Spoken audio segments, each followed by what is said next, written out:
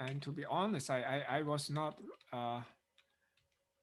very well prepared today because I was having fun fixing my iPhone, trying to replace the battery that I did before, and I screw up last time, and I screw up again. I apparently. Um, okay, but yeah, I guess this is an advice. If you guys ever want to replace the battery, make sure that for iPhone the screw size is crazy, and I didn't realize that if I put in a wrong screw, I would just kind of like kill the motherboard completely. And I don't know whether I killed it or not yet, but I will look at that again. Yeah. So anyway, so I guess last time, okay, I guess you can see my can you see my screen? I don't know. Yeah, I think you can see my screen. So last time we ended up, I need to find my pen. Okay, pen is here. Yeah, pen is here, but my pen software is not open yet, I guess.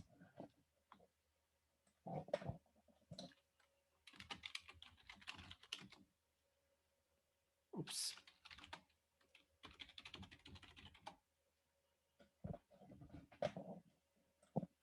So we ended up to talk about yeah, again I guess I need to eh? Okay. Yeah, that's so we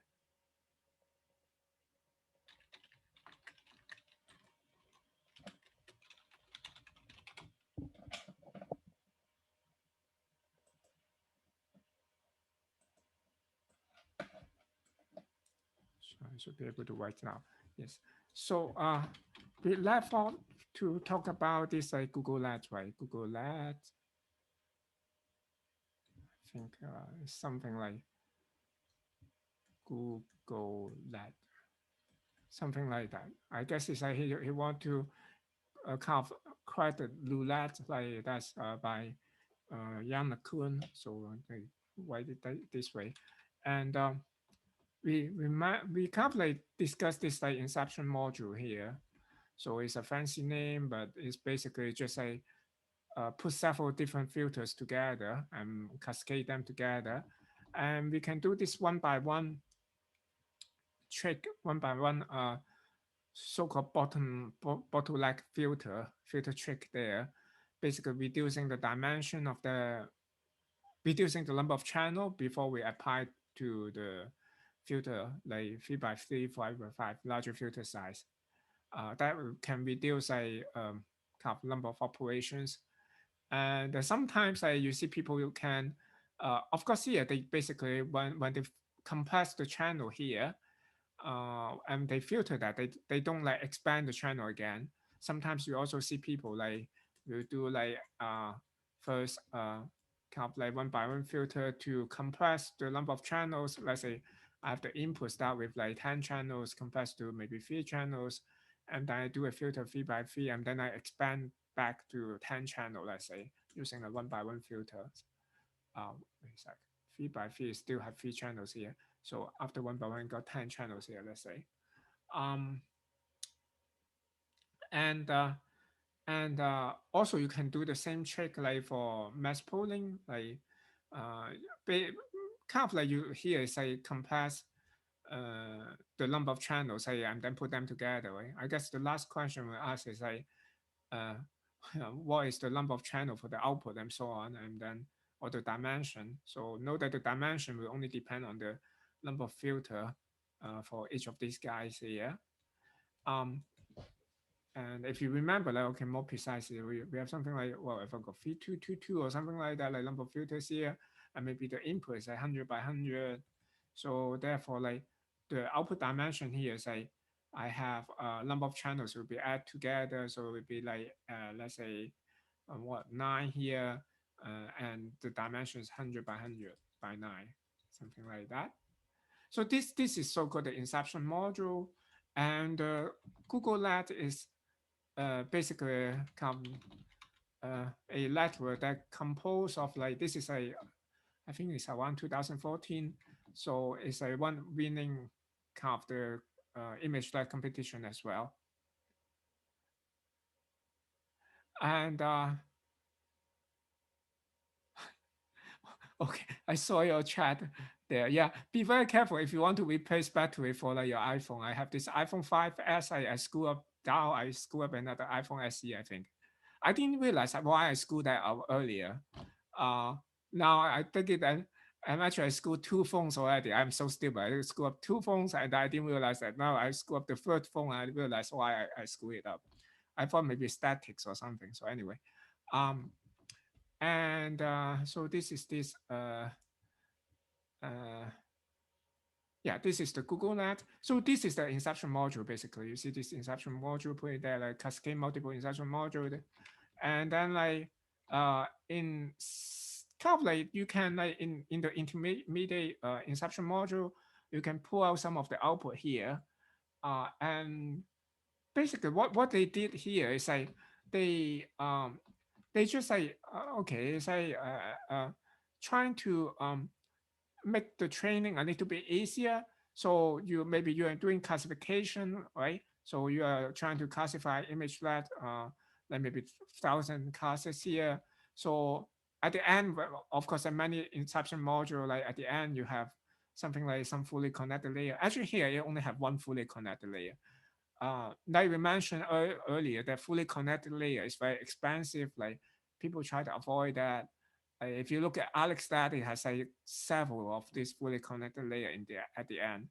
And the more recent kind of architecture usually either just make it one or avoid it completely. And uh, and then like okay, this is just fully connected. I don't think you can read it, but let's see if I can zoom it in more. Uh, So you see at the end here, it's nothing. It's just like, okay, did the average polling first. So average polling is just like similar to mass polling, right? But it's just like take the average of like a patch. So by here, I'm not sure the dimension now because you went through so many of them. So maybe the dimension is I don't know. I just make it up. Let's say maybe maybe say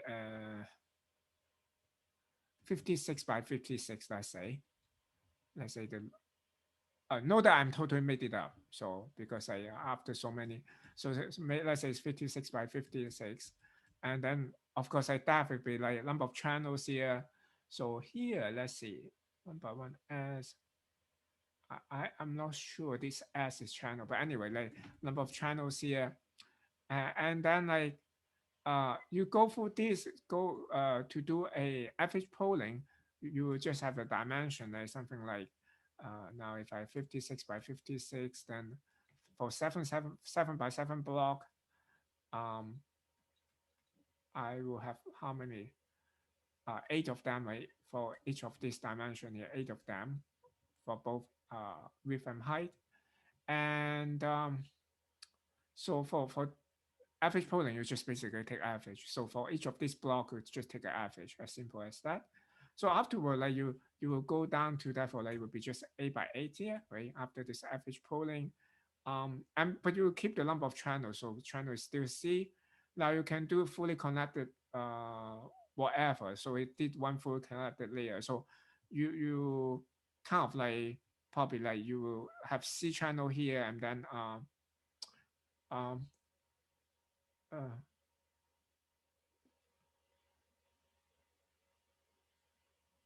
yeah, yeah, actually, yeah. Uh, Actually, I'm thinking like most likely this is not 57, 56 by 56. Most likely it's just 7 by 7. So then you do average polling, probably just get one of them with like C channel here. I'm not 100% sure, but I will expect like something like that is more more likely. And then this fully connected layer will, so this will just let's say if I have 1,000 classes here, I'll connect to like this is like 1,000 classes here basically, right? Then I have like 1,000 values here at the end. Then go for the soft max. I will just have the probability for each of the class. So then, of course, I training will be just back pop and so on, right? And I mentioned earlier that like he also like for intermediate layer also do the same thing here. Intermediate layer do something like that, the fully connect layer, and then do soft max, get some intermediate output. So you can in the intermediate layers, also trying to train these guys here to get to match with the output label. So this is some of the trick like for training deep laterals, because if you have deep laterals, even though you're trying to initialize the weight carefully, and also yeah, you can do several tricks to help you to do better back pop. Let's say initialization is important, the activation function is important, and so on. Yeah, but anyway, activation function, no one is going to use signal anyway. If you use signal, there's no way you can pass so far, basically. And but still, like if you go very deep, it's likely that like your gradient cannot pass through so far deep down. So therefore, like in GoogLeNet, they just have this intermediate output like in the middle. So that like if you consider like here, then this is like pre-training. Of course, it's training at the same time, right? It's like it's more easy to train this part here, and then this guy at the same time will train this part here, and so on and so forth. So this is GoogLeNet. So you see like this um deep network is as I mentioned, like for this one, apparently people realize that when you have like deeper lateral, training is still difficult. So one thing like very interesting is ResNet. I guess um probably like several of you already know ResNet, but maybe some of you don't know. Maybe just a participation question, like because like ResNet is very kind of like famous. But how many of you know, or just say yes or no, like it doesn't matter, like know ResNet?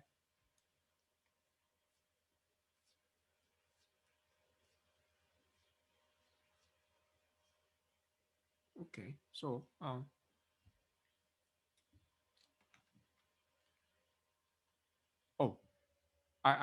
okay, I didn't expect majority you don't know. So anyway, so the idea is very simple. So, but the paper they have written that is like very skillful. I would say like they are very good in selling the paper. Of course, the is the contribution. I mean like uh um I would say it's it's an important paper. But looking back, like the idea is very simple, and they sell it very skillfully, like become a very significant like, seminal paper. So they sell it in the way basically saying, okay, they try to uh, do deep learning, right? You have like many layers, and let's see if I can extract the figure precisely. Uh,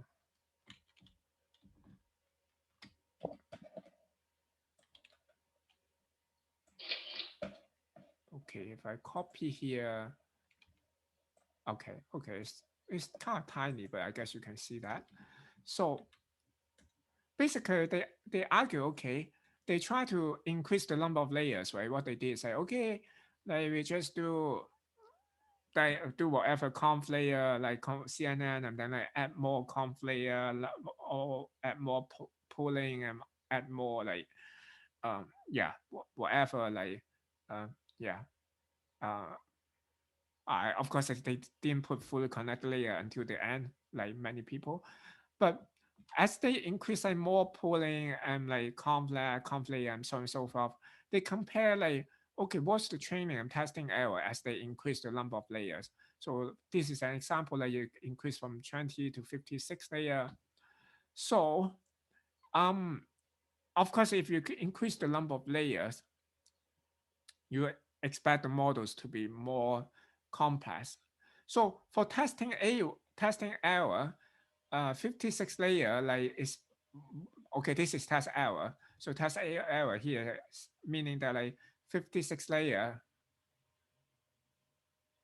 is worse than 20. I almost want to ask this question, but I think it's like insulting your intelligence. Like probably not to ask that. So this is test error. You just read the graph. This is test error. So for the 56 layer, you have like larger test error than 20 layers here. And this is the apport. So the number of iterations. So as you increase the number of iterations, both of them decay, right? But the test error, like for 56, is larger than 20. So so if you don't see this one, so what will you say if you see results like that? Like most likely, what do you call that? Again, like I guess it's just I'm looking for this machine learning jargon. Uh, like that we yes. This looks like it's overfitting, right? So it's like uh for the model doesn't generalize well. So like the model is appears to be too complex, then you uh you expect a more complex model should work better, but in this case the complex model does not work better than the less complex model. But if you look at this one here, then apparently it's not overfitting, right? uh, because if you overfit, then you expect the more complex model should have a less train should have a smaller training error. So in this case, so therefore like it's not really because you're not getting worse because of overfitting, it's because of something else. Basically, you are not able to overfit. So supposedly you should be able to overfit as you increase the model capacity. That's one thing. Like it's actually very good advice when you work on a problem, have a new kind of like a start with any neural network, and not even neural network. Let's say you have a reasonably complex model. Uh, First of all, I try to overfit your data.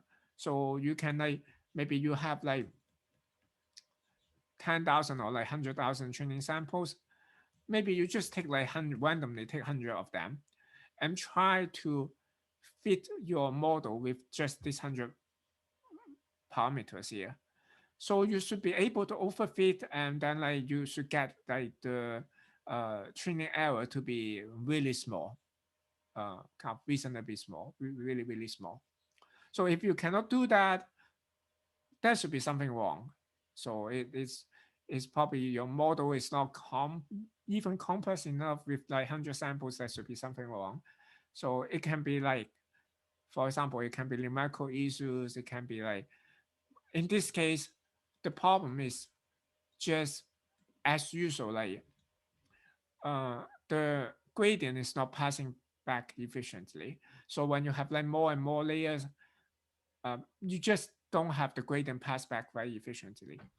So then the idea is like they have this so-called like residual unit here, or residual module, or like this. Maybe I just showed this one here. It's a little bit big. Maybe I decrease the size a little bit. So I have this residual module here. Is basically it's nothing. It's like just you think of like now you have x here. Now instead of like you directly pass this x into the network here, so here you can think of like this is going to model the x here, right? Or like extract features from x somehow. So the idea here is like, okay, I'm not going to extract directly from x, but I will extract from the residual. Residual meaning that I will extract the difference that whatever is useful, like from the original x. So therefore, like what it's trying to do is I'm going to uh, add the lateral component here. This is like whatever residual here. This residual is going to be added with the original x. So therefore, the whole thing here is like with you can think of this have the complete feature, say, or whatever. You can think of this as the complete feature, or what should I say? Like, let me think of it this way. So this is the, let's say this output here is like some useful features generated from this input here. Right? So this lateral model here, just this part here, if I don't, if I load this link here, if I don't have this link here, so it's basically like this is going to extract some useful features from this input here. Now, what it's going to do now instead when I have this link is that I'm not going to extract uh, uh, the feature directly, but extract the. This is not actually a good analogy, I guess. If I say this is feature, this is not exactly the um.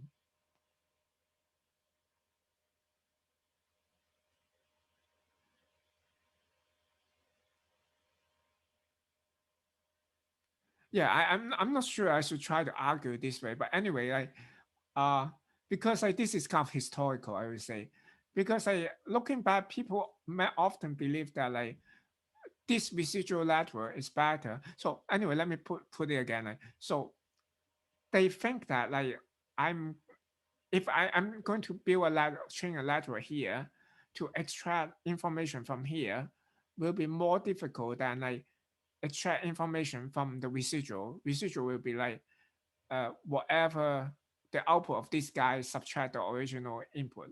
So therefore, I'm basically extract from this fx here, right? So extract or extract from or whatever I extract will be fx, and I add it back to the original input there. Or you can think of the lateral here is trying to generate this residual here. Or you can think of almost this is I'm jumping ahead, almost like an autoencoder that's trying to generate uh, this here, just basically train to generate itself, like something like. But now I'm not going to generate myself, but I'm going to generate a difference of myself. Okay, anyway, I guess I'm kind of the more I try to elaborate, the more maybe confusing or meaningless it can be. But it turns out if you look at that, okay, if I have a structure like this, the main point is whenever I have this link here, move to here, if when you back pop, this become somehow some kind of super highway. So you don't need to go for this lateral anymore. You can just also have another wire to go directly to here, right? So it just look like whenever you have this link here, you shorten the path, or you allow some other path that is kind of shorter to get to the earlier layers coefficient from the last layer. So for example, if I have some gradient here, if I going to pass back, of course these several layers, there's no way I have to pass through them.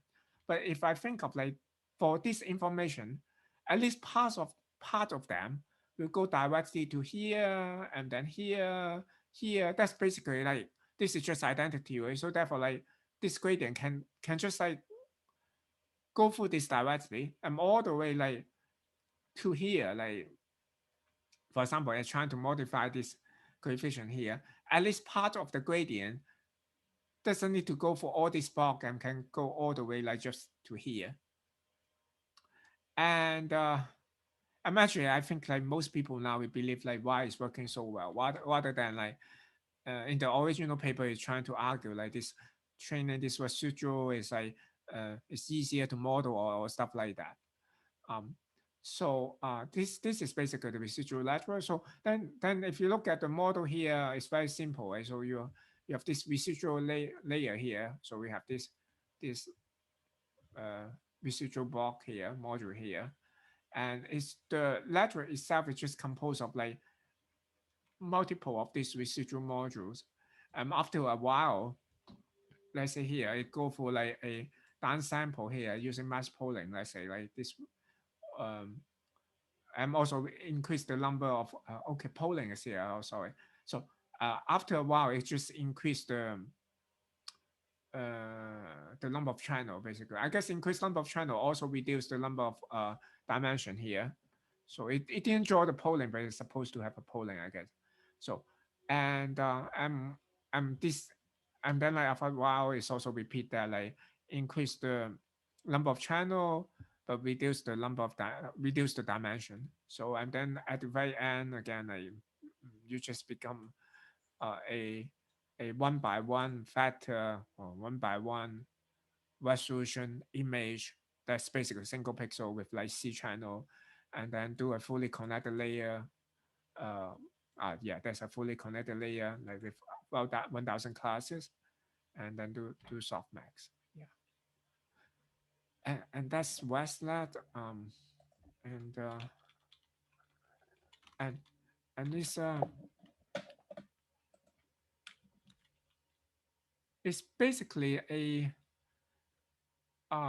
still considered one of the state of the art nowadays, and it is very much,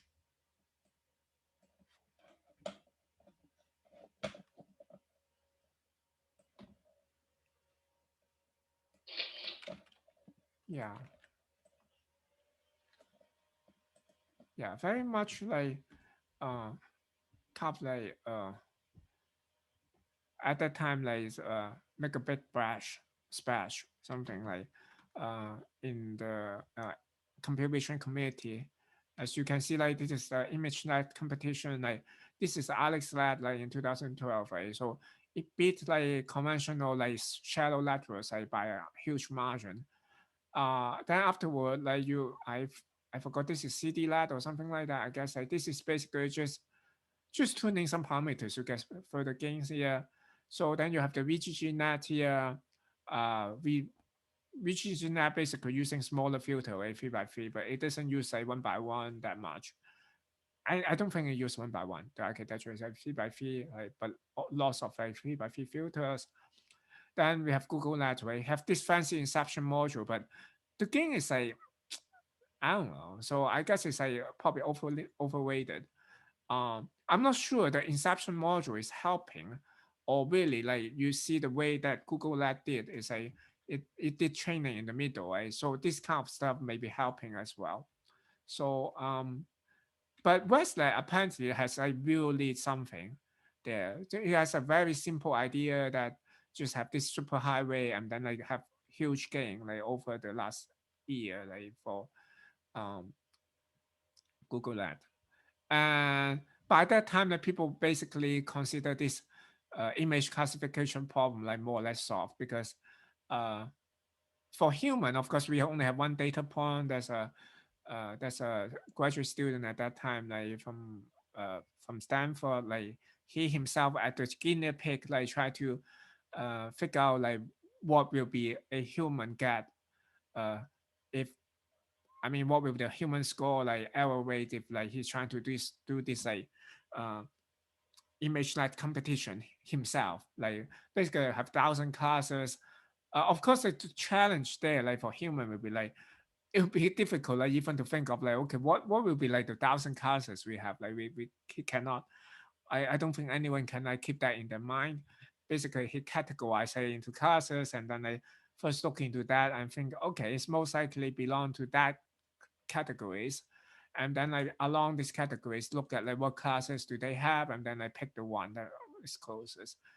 And for him, I guess I get like numbers and more or less 4 point something. So therefore, like at that stage, of course, probably if you train better, if you have a bunch of human experts, you probably can push further. But apparently, uh, for this like kind of problem, like machine is doing almost as good, like you can claim that, or like even better than humans. So no one care about this problem anymore.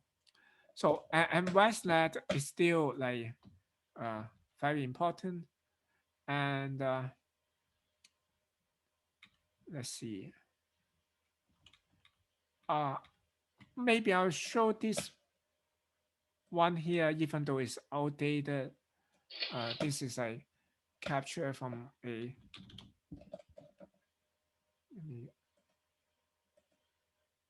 uh,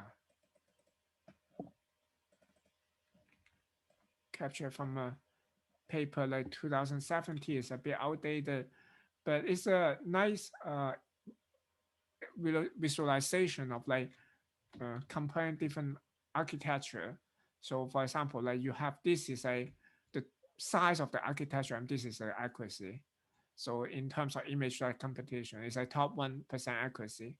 So we have this Inception version 4 at that time is like the best, like is like in this one here. And by the way, like after a while, people like exchange idea. So the Inception net, the Google net, and the ResNet is getting more and more similar. So I'm not sure. Like you need to get into the again, I'm bad in historian. Like you need to get into like individual architecture to figure out like what are they. So precisely, but the module will be similar. Like for the Inception net, as the name suggests, they will use some of the Inception module, and ResNet will use the residual module. But they do kind of like intermix with one another. So for example, the Inception later Inception module also use some of the superhighway as well. And also you can see the old school like Alex lab. You have like uh, computation wise, it's not too bad, but it's pretty in terms of accuracy, it's pretty bad. And also like or the size of the circle here is like the number of I think it's like oops I think it's like the space requirement. Yeah. So the number of the model size basically. The larger the model size, you're going to harder to fit into some small kind of like hardware, like kind of keep a small footprint there. Um, so okay, this is a more or less a kind of a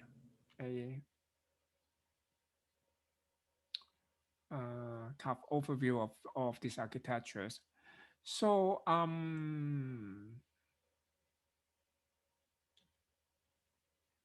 yeah, I guess I won't go into like other some of these other architectures.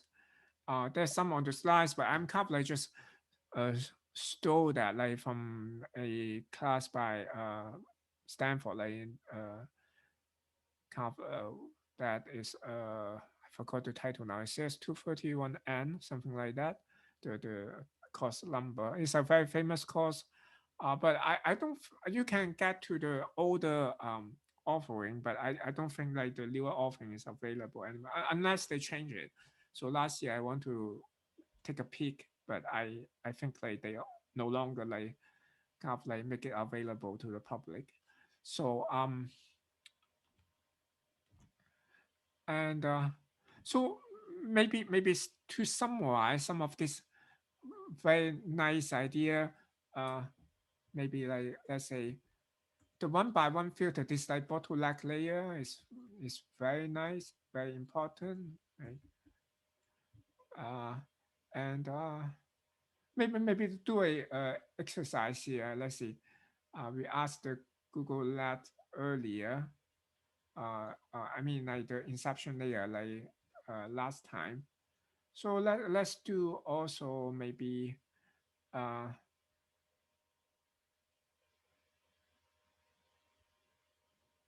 see. I have like maybe make it simple. Let's see what do I. Let me have an input. Let's say input input. Let's say 4 by 4, or maybe more than that. Maybe 20 by 20, and then maybe I have a 1 by 1 layer with like let's say I make it like 3 channels here. Like so it's like an image, a color image, very small color image, 20 by 20 by 3. Okay, everything is like with padding. So everything I assume have padding. And then I have a 1 by 1 filter, maybe like have 10 here. Um, okay, 1 by 1 by 10 is a little bit silly though. So let's say I make it an intermediate layer here. So let's say I have this is a 20 by 20 by 10 here, and then I compress it somehow by 1 by 1 by 3, and then I have another like 3 by 3 by 3. Let's say that's like 3 filters, and then let's say I expand that again as I mentioned, 1 by 1 by by 10. So, okay. Okay, two questions. So what's the output dimension here? Dimension. So another question, you probably want to put question 1, 2, or like something like that. Another question, um, number of parameters here, right? Approximately, for example, there's some bias is a little bit confusing. Like if you are off by 10%, it's kind of okay. So how many parameters do we have here? And also like what's the dimension here?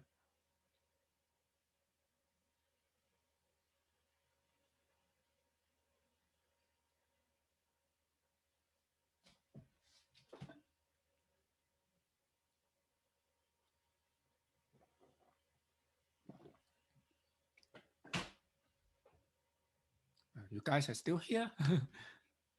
Thinking or like, is the question here? We're here. Okay.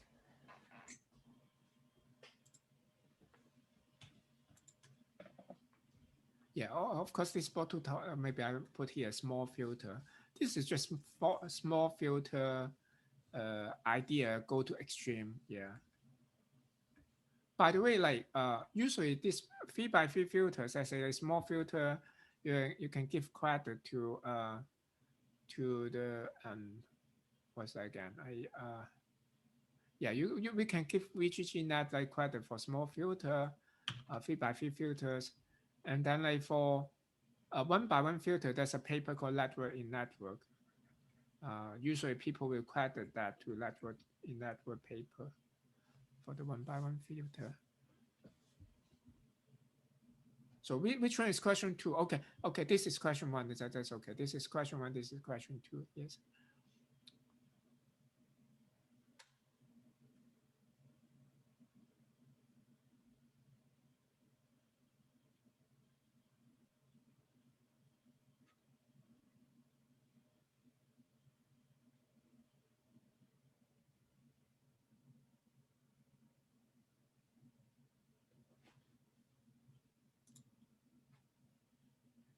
I think like you guys probably like undercount for the first second one. Remember that there's like input as well here. Like the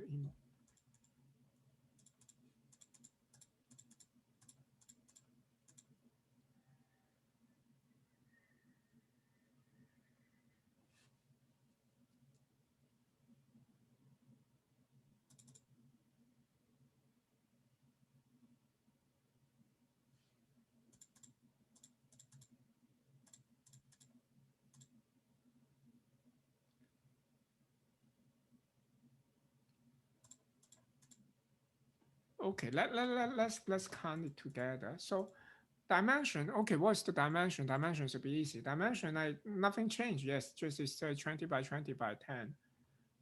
Nothing have changed because I didn't do any downsampling, I didn't do any polling, and we assume like all padding, so therefore like it's the same dimension. And then this, we have this filter. Okay, what is a filter like? Okay, just consider one filter. If I consider one filter, 1 by 1 filter, what's the dimension for 1 by 1 filter? So it would be a column here, right? It would be a 1 by 1 filter, would be a column here, right? So therefore, like each of these 1 by 1 filter is actually so a dimension 10, right? On this layer. So maybe I use a different color. So I have 3 filters, right? So they have like 30 parameters here. So I think therefore like I would guess you guys are undercounted because it's already 30 here. And for this second layer here, so if I only consider one filter here, what's the dimension? One filter will be if I look at the input here, the input here will become what? Become like 20 by 20 by 3, right? And then like if I just consider one filter, one 3 by 3 filter will be a block like this, right? So this block will have dimension 3 by 3 by 3, right? So, and I have 3 filters there, so I will have like 5th to the 4th. So it will be like 27, 81. So this will be like about 81, right? So is my math right? Like 399? Yeah, I think so. 81. So then the last one here, from for this guy, 1 by 1 by 10. So again, if I only have 1 by 1, each 1 by 1 filter will be uh will have like three, right? It's like same thing. Like after that, like I have the same dimension. It's like still 20 by 20 by 3 here. So I have like take a column here 1 by 1. One filter will be just 3, right? And I have 10 filters. I will have like 30. So therefore total will be like 30 plus 30 plus 81. If I don't count the bias. So it's like about like what 141? Yeah, something like that. So okay. And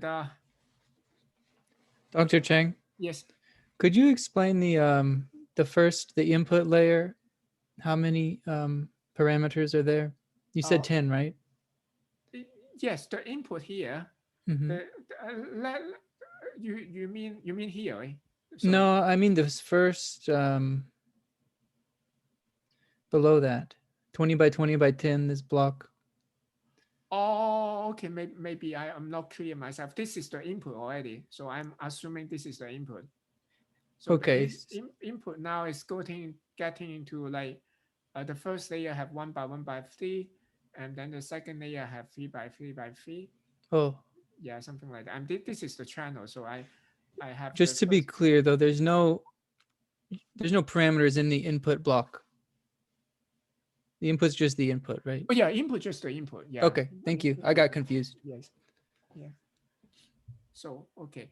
Yeah. So okay, and yeah, small filter is important as I mentioned before asking this question. Like small filter is important. Remember that. Uh, that is useful. Second one is like this ResNet idea is basically this superhighway is very helpful uh, in training this, not just ResNet way. I sorry, not just CNN way. You can use that in anywhere basically. You see people like using attention network as well. So you just like you don't argue that residual anymore. Basically, you just know that this because the gradient can pass through all this layer here. You don't need to go through here, go through this directly to here. So therefore, like it's not likely your gradient will be like diminished somehow by the intermediate layer. Um, and something else. Let's see, anything like is worth talking about. I have some other tricks. I mentioned data augmentation. As I mentioned, I probably will delay that. Like when I talk about more on the self-supervised learning. Hopefully, I have time to for that. Um, and or maybe a remark for transfer data. Oh, sorry, transfer learning. Um, Probably more obvious from for many of you, especially this kind of idea uh, is you only listen to it once, then it's so apparent that like, you stick you will never forget basically.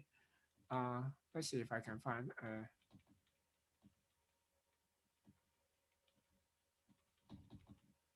oops, I cannot find a slide that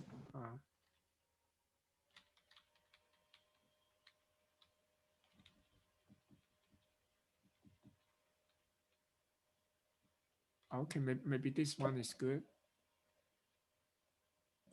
Maybe I just directly drag to here, I guess. So but I cannot write here.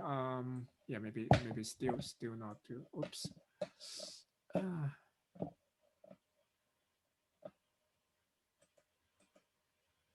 oh, it disappear. Where is it?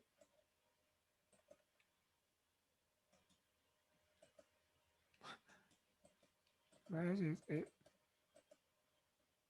Oh, mysteriously disappear. Let me reopen that.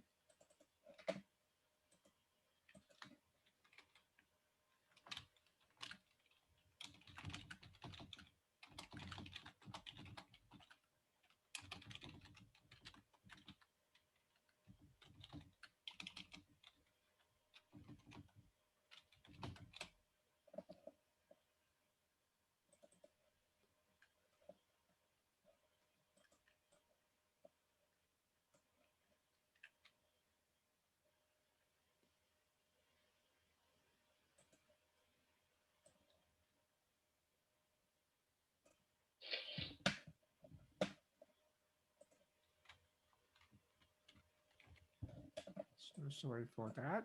Uh, okay, so oh, by the way, like again, like it probably is good. Like this is a participation question. Like how many of you already know transfer learning?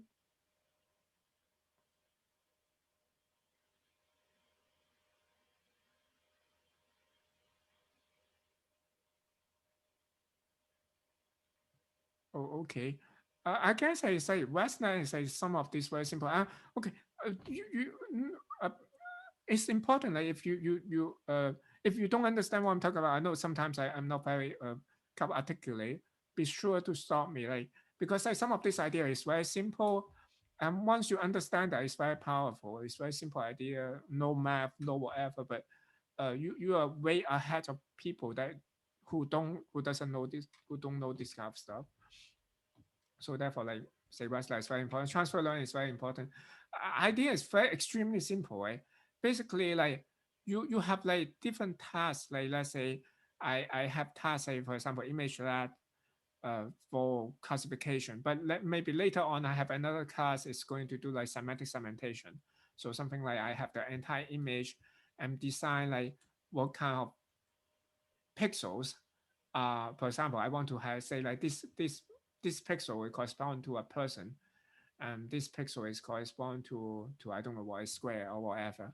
So now for this kind of like data, apparently you need lots of labels, right? Because you need to label like, the entire image. That would be very expensive. And comparatively, like ImageNet is you still need to label, but that label is much less expensive, right? So because like each image, you just say whether it's a cat, it's a dog, or like whatever. Now you can transfer learning in the sense like I don't need to start with like this kind of data. For example, I want to, as I said, I want to solve this segmentation problem. So want to like say like for all the person here, people here, I would just have all these pixels like highlight into blue, and then like for the background highlight to some other color, let's say. So this is the segmentation problem. And I don't start with like getting data, like trying to get data with all these segmentation labels. So instead, like I just pre-train my model. So say if I have a neural network models, I can just pre-train this model with like image lab, let's say, and then I train the. This is actually Alex lab here. So I train the entire network just for the image lab, or like for this image lab classification problem. And then afterward, like I would just leave, let's say, most of the layer like unchanged. Basically, after training that, like I have the parameters like will be optimized to be like those value. Right? I have the optimized weight here, but I will leave like this way is like code. Okay, not going to change that. Then I will leave the last several layers like varying. Let's say I have these last several layers just like fit to the new problem you see here. So of course, like in this case, if I change it to a segmentation problem, I need to modify these several layers anyway, because the output will not be just maybe a thousand numbers like in terms of uh, doing a classification. You will need to have output a matrix basically. So, but yeah, but if you say like you give another example, let's say if I want to um, also do classification. Basically you have like maybe images like all your images like are from the image that mostly have dog and cat. Then now you are going to have trying to train the model to classify furnitures, and you have like not a lot of furnitures in the ImageNet data set. So now you just use ImageNet to pre-train anyway, and then you even leave the same model. Maybe like now you don't have like 1,000 classes. Maybe you just classify like chairs and more or whatever. Like you only have like everything you can see like inside a home. Maybe you only 100 different like furnitures, maybe even less. Then you have like changes only with 100 class here, and just train uh, these parameters instead. So is that clear? So when you do, essentially you're doing the same thing when you do backpop, but you're just not updating the weights here, essentially. Is I that have a clear? question. Yes. So, with the transfer learning, Yeah. what's to why not just not freeze anything and just start with a pre-trained Yeah, network and you just can train everything? someone do that as well. Actually, someone in but you the problem is like it will go back to a little bit overfitting problem. So Okay. if you train everything as well, then you need to make sure that like your data are sufficient to train such a complex model. Eh? So if Okay. you let this like yeah, that's the problem. But Okay. you can also like take an intermediate path. For example, like for people like develop their fast AI, what they did is like they have a decay basically. Eh? They have another decay coefficient. So like for early layer, you will allow them okay, or like the later layer, you allow them to change more. Like Mm. Yes, I have was a thinking about that. larger Okay. learning rate, but earlier layer you have like a smaller learning rate, something like that. Yeah. So you can do that also. They when they do that, they argue that they get a better model or something. Yeah. Okay. Thank you. Yes. So I guess we have time. So if unless we have more questions, then like maybe next time we just have like more presentations, and if we have more time after the presentation, I'll continue to talk about some of these stuffs. Yeah. So I'll see you guys on Thursday then. Yeah. See you. Thank you, Yeah. Professor. Oh, oops. Yeah, okay. Yeah, that's fine. You guys see the homework, right? So anyway, like I will mention about the homework again. So I see you guys at Thursday. Yeah. Professor, do I need to send the presentation as well? Do I need to upload it on anyway or Oh not yeah, needed? if you want to upload that, yeah, actually it's a good idea. You upload that. You upload to your. You mean the PowerPoint style, right? For the Yes. presentation, I have Yes.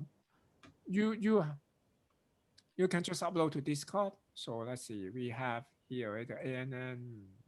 You can upload here, upload in the presentation. That's good. Yeah, Oh, yeah. okay, Professor. All Okay. right. So Thank you. yeah. Okay. I don't know if your file is too big, they may not allow you to upload it. Then maybe you upload a share link. Maybe you put it in your in drop. I could convert it to a PDF as well and then upload it. I don't think it would be. Oh yeah, okay. I think they have a size limit. I don't know how big they allow. So okay. Okay, Anyway, I'll check. I'll check, yeah, Professor. yeah. So okay, I'll see you guys at the first day then.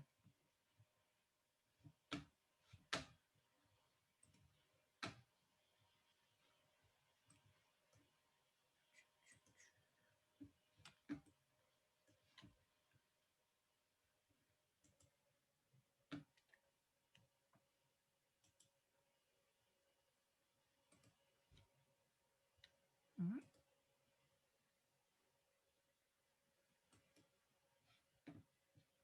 Oh, okay.